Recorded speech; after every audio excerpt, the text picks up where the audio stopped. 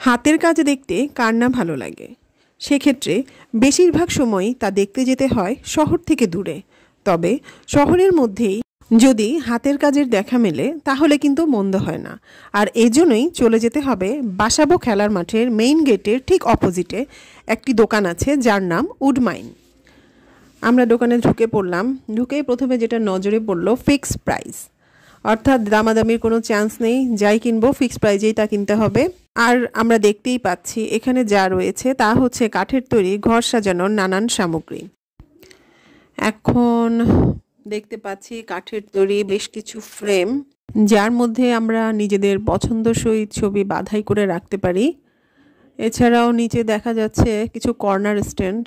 তারপরে নজরে এলো বেশ বড়সড় একটা মিরর। দাম দেখতে পাচ্ছি 4200 টাকা। মিররটা বেশ সুন্দর। তারপর যা দেখতে পাচ্ছি তা